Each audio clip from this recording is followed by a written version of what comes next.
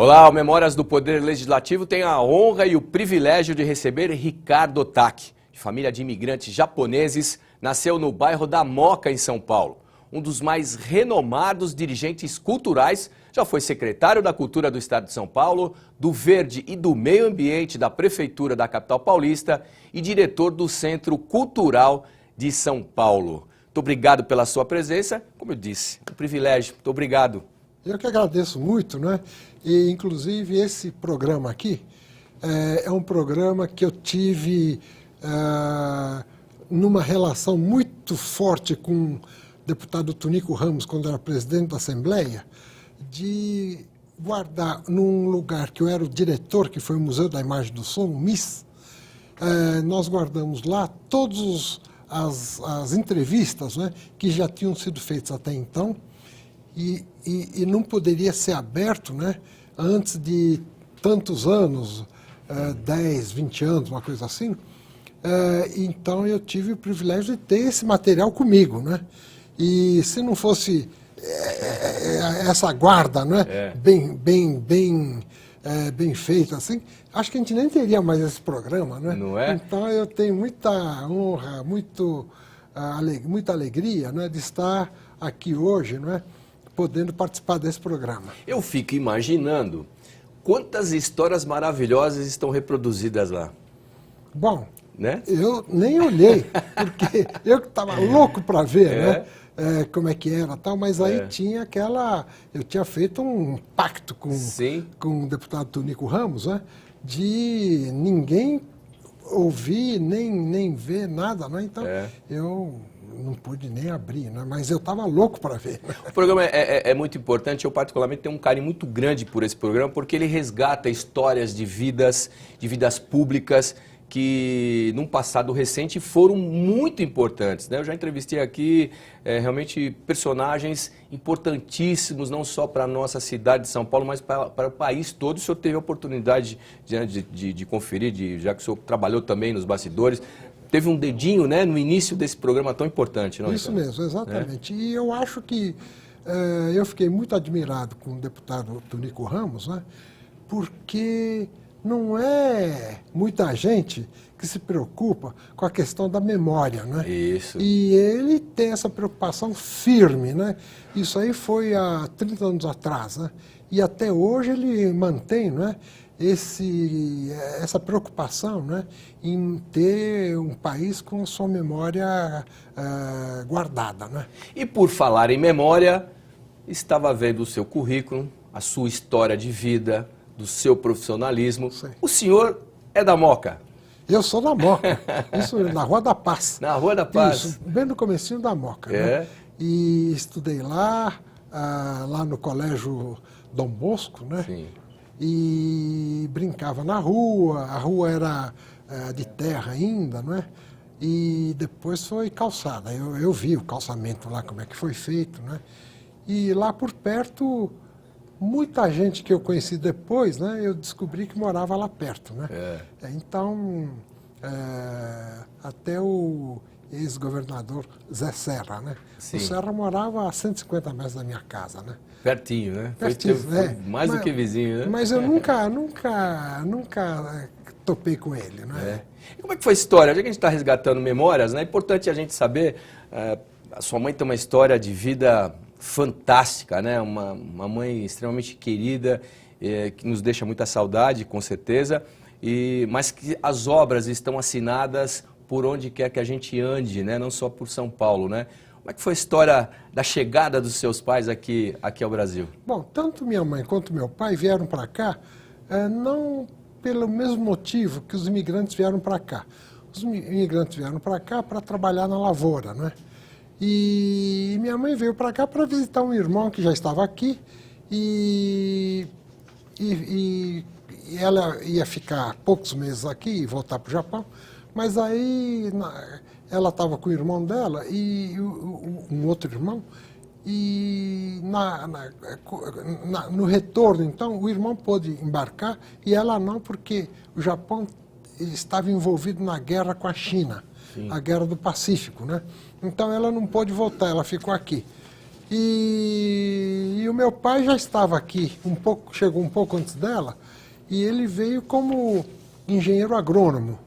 E ele fez questão de estudar agronomia no Japão, porque ele queria vir para o Brasil, né? E achava que era importante, então, ter conhecimento de agronomia. Então, foi para a universidade estudar agronomia, né? Mas nunca exerceu essa profissão aqui no Brasil, né? Não. Não, e ele conheceu minha mãe e os dois se casaram, né? E nasceu meu irmão e alguns anos depois nasci eu. Tomio Otaka.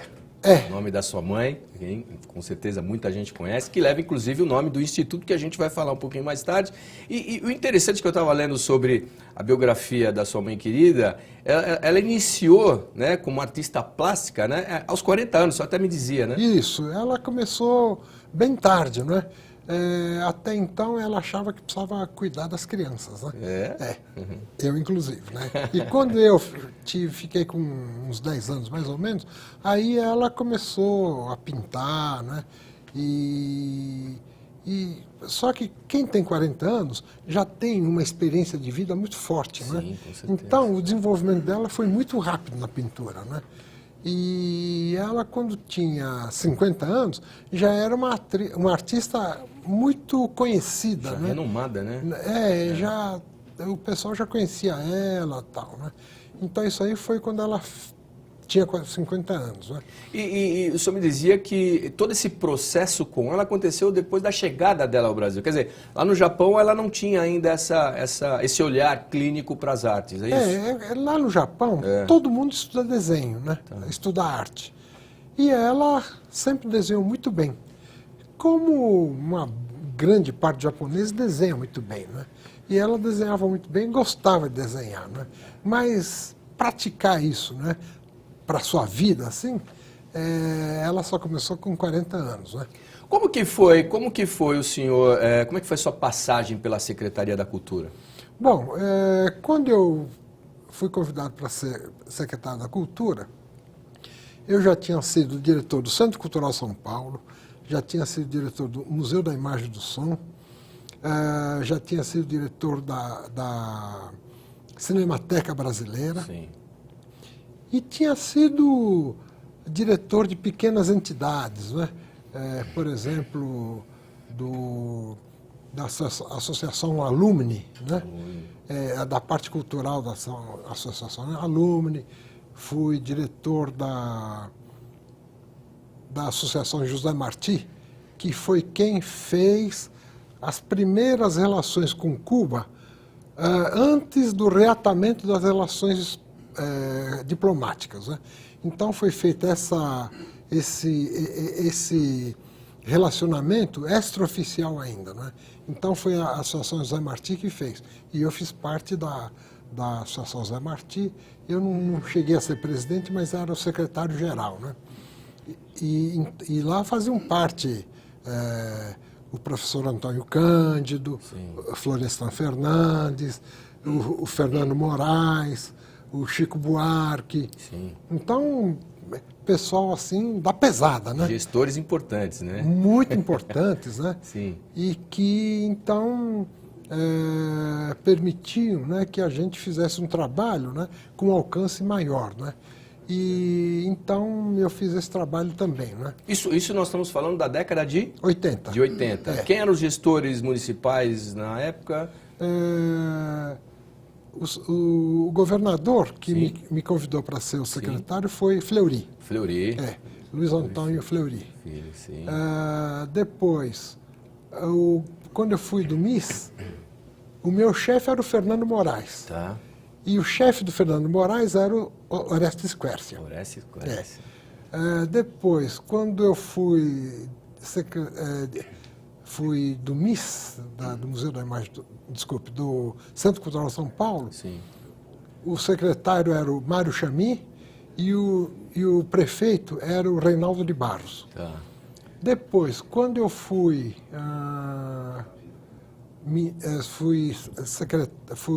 diretor da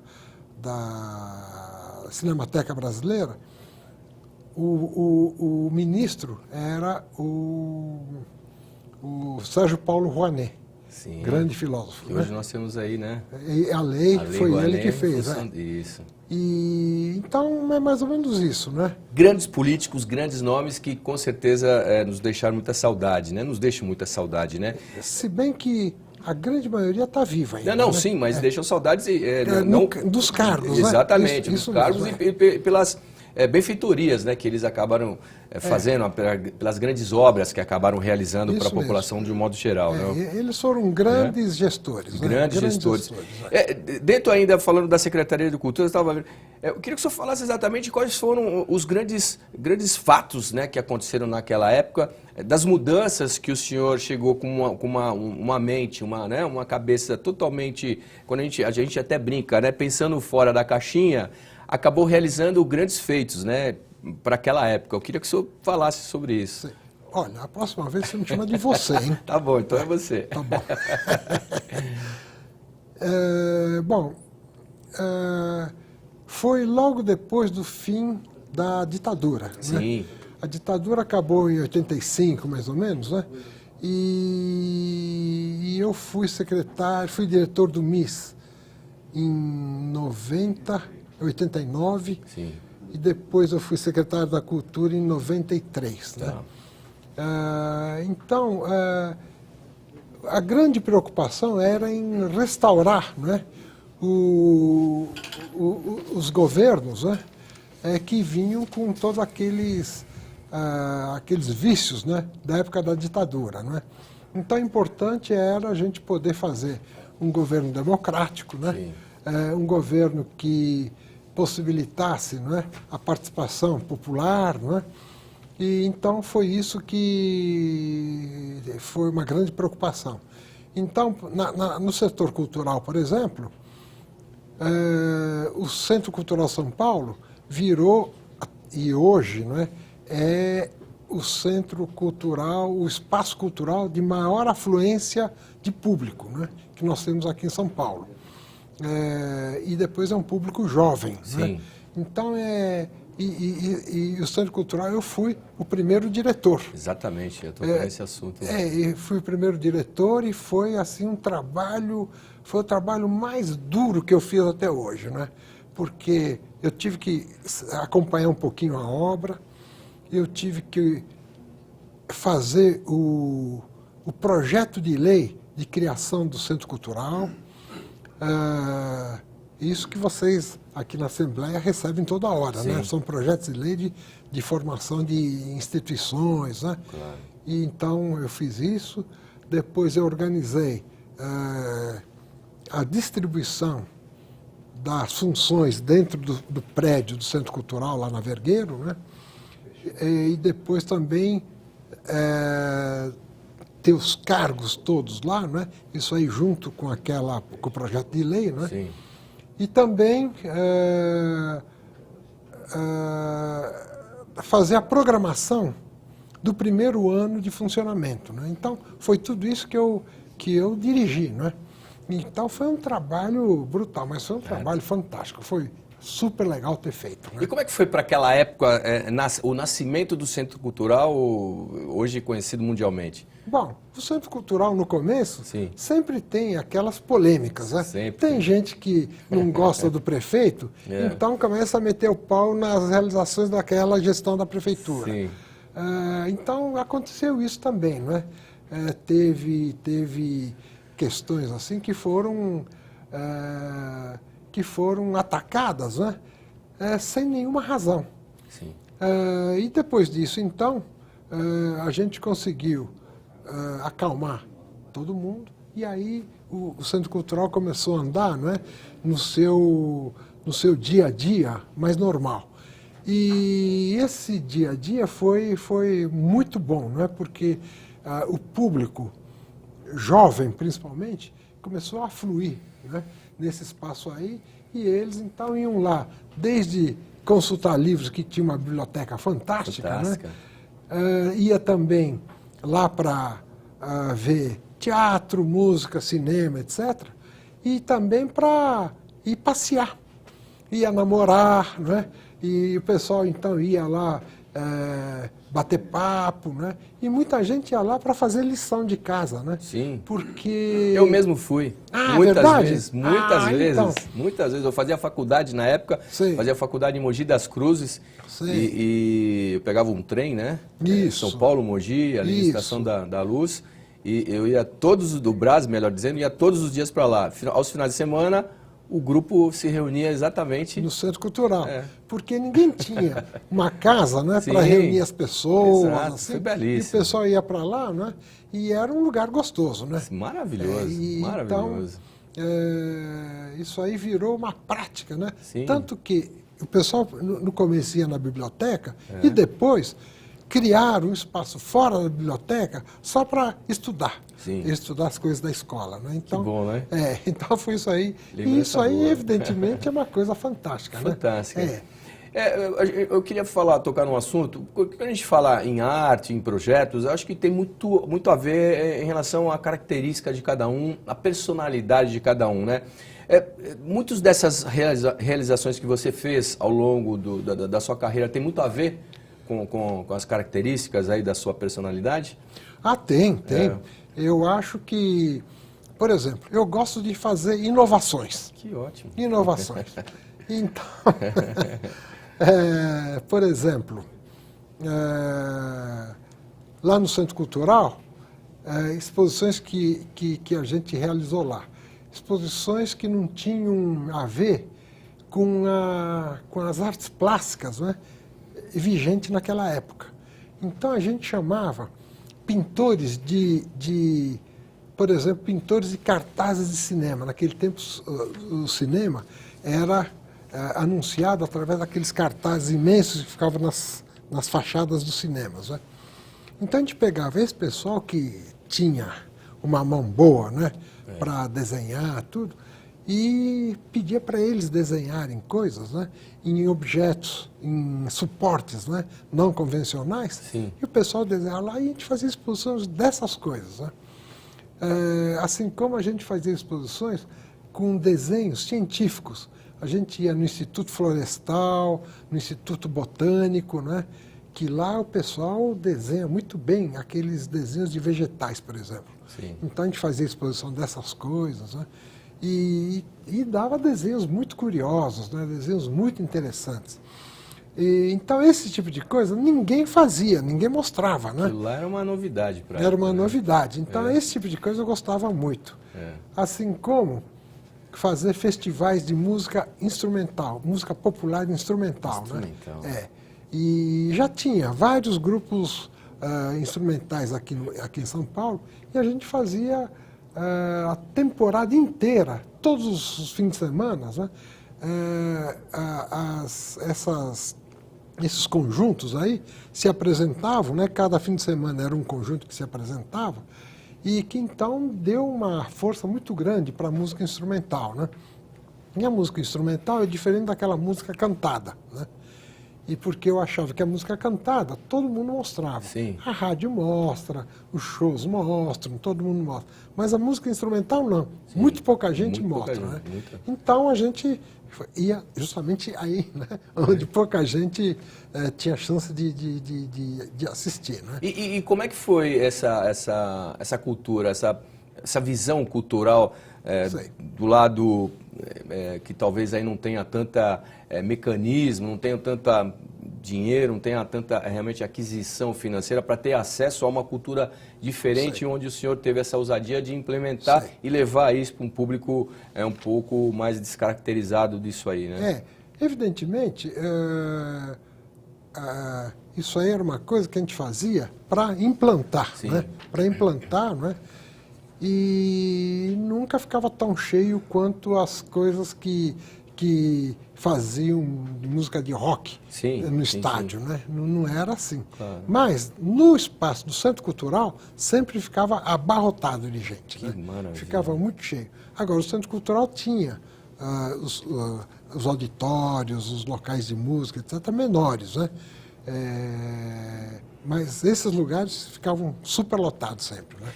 A gente estava falando, né, desse início aí quando o senhor foi secretário da Cultura e teve o chamado burburinho na época, né, do lançamento e tal. É difícil separar a política da cultura? Olha, é a mesma coisa, né? No fundo... São unidas, né? São unidas, né? E eu acho que você tem que ter uma linha política para a sua cultura, né? Isso aí é muito importante, né? Então, por exemplo, quando eu fui diretor do MIS, secretário da Cultura, diretor da Cinemateca, etc., eu sempre fiz questão, né, de fazer as coisas que não estavam sendo feitas, né, que já existiam, mas não estavam sendo muito realizadas, e o público, portanto, conhecia muito pouco, né? E implantar essas coisas novas, né? Isso aí que era uma coisa importante. E, inclusive, tem um nosso amigo Carlos Dias, que trabalhou aqui na Assembleia Legislativa. Depois vamos falar sobre o livro do senhor, né? Não, e temos que falar do trabalho dele. Com certeza. Que trabalhamos juntos na Secretaria da Cultura. E ele foi emprestado pela Assembleia para ir para a Secretaria, né? E lá ele fazia ligação com a Assembleia. Sim. Porque lá, volta e meia, a gente precisava pedir para os deputados estaduais, né, aprovarem algum orçamento, aprovarem alguma lei, né, coisa desse tipo, que então a gente precisava dos deputados, né? E aí o Carlos que fazia essa ligação e a gente conversava com todo mundo, né?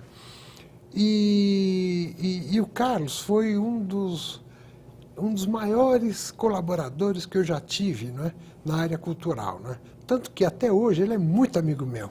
E a gente nem se conhecia, né? Mas eu gostava do jeito como ele trabalhava, né? Porque ele chegava e falava assim: ô secretário, olha, você fez isso aqui, mas e aquele negócio que você falava antes, né, que não está aqui? Né?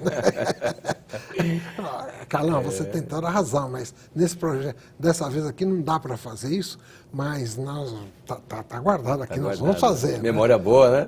Memória boa, né? E eles cobravam. Então, é o colaborador que a gente precisa ter, né? E aí, depois, quando eu fui secretário do Verde e do Meio Ambiente, da Prefeitura, eu chamei o Carlão para ser o meu chefe de gabinete. E aí houve um casamento nessa dupla tão importante também aí nessa secretaria, né? E aí nós fizemos aquele trabalho que ficou muito legal, que foi da revitalização do Parque da Luz. Isso. Né? E o Parque da Luz estava totalmente abandonado, né? Tinha mato, que você andava lá dentro, você era coberto pelo mato. Fantástico. E então a gente conseguiu fazer aquilo, um trabalho muito legal, e fizemos um livro sobre isso aí, e mostrando desde a história, né, do Parque da Luz até chegar naquelas realizações que a gente tinha feito. Quer dizer, depois da revitalização, você resolveu escrever o livro. Porque todo mundo reclamava, né? Olha, vocês fazem um trabalho tal e não publicam e tal, né? Então, vamos publicar. E aí fizemos, né? E o livro foi um espetáculo, né? Foi muito bom. Foi feito pelo... Com fotografias lindíssimas, né? Sim, as fotografias são muito boas. Nós estamos vendo Isso aqui, mesmo, ó. O livro chama-se Jardim da Luz, o Museu a Céu Aberto. Isso mesmo. Que lindo. E olha, e tem uma peça arquitetônica como essa, né, que é sensacional, né? Isso aqui é o Centro Cultural São Paulo. Sim, né? Esse já é o Centro Cultural. Que também tem uma arquitetura belíssima, né? Eu sempre tive muita sorte com os espaços, né? Seu irmão. Eu, meu irmão e minha mãe. Sua mãe querida, né? Isso mesmo. Que maravilha. Então isso aí foi alguns poucos anos atrás. Aqui é onde é o Instituto, né? O Instituto é aqui, né? Então tem um prédio grande, na né? Avenida Faria Lima, né? Faria Lima. Faria Lima. E aqui eu estou no colo. Sim. Você está no colo e seu irmão? Meu irmão e minha mãe. Né? Olha, tinha quantos anos aqui? Eu tinha uns 2, 3 anos. Olha que foto lindíssima essa, olha. Maravilha. Saudades, né, dessa época? Pois é. E aqui já era na Moca nessa época? Aqui é na Moca, isso mesmo. Essa é uma das importantes obras, né, feitas, né? Isso aqui é uma... em homenagem, né, aos mortos e desaparecidos da ditadura. Da ditadura, né? exatamente. Os 463, né, desaparecidos, mortos, mesmo, é isso, foi né? isso mesmo. É isso mesmo. Esse... Isso aí é no Centro Cultural. Centro Cultural, né? Desculpe, essa obra é lindíssima, hein? Esse aqui é uma obra do meu irmão. Do teu irmão, isso. Isso aqui é o Hotel Unique. Unique? Né? E fica na Brigadeiro Luiz Antônio. Na Brigadeiro Luiz Antônio, maravilhoso. Olha que arquitetura... Isso aqui é da minha mãe. Sim. Esse aqui é um monumento nos 100 anos da imigração japonesa. Né? Fica no aeroporto de Guarulhos. De Guarulhos, aqui, no caminho ali, né? Isso mesmo, é bem na entrada do aeroporto, né? Isso aqui a gente vê bem hoje. Esse representa? Isso aqui é aquela coisa de volta ao mundo, De volta ao mundo, né? Então Japão e o Brasil. Sim, por isso que casou juntamente com o aeroporto, que já faz uma ligação, exatamente, né? Exatamente. Olha essa aqui também, essa aqui é na 23 de maio, 23 exatamente, de maio. Que maravilha, que memórias belíssimas isso. São coisas fantásticas que vão ficar pela eternidade, né? Marcantes isso, né? Ficam marcantes. E eu acho que essa questão de criar uma memória para a cidade é uma coisa importante. Sim, né? sim. É importante, por isso que eu gosto desse programa aqui. Né? Maravilha. Nós vamos falar muito mais na segunda parte do nosso programa, combinado? Combinado. Volta comigo? Volto, claro. Então tá bom. Tá bom. Primeira parte do programa Memórias do Poder Legislativo com Ricardo Otaki vai ficando por aqui. O segundo programa dessa entrevista você acompanha dia 9 de setembro, às 9h30 da noite. Até lá.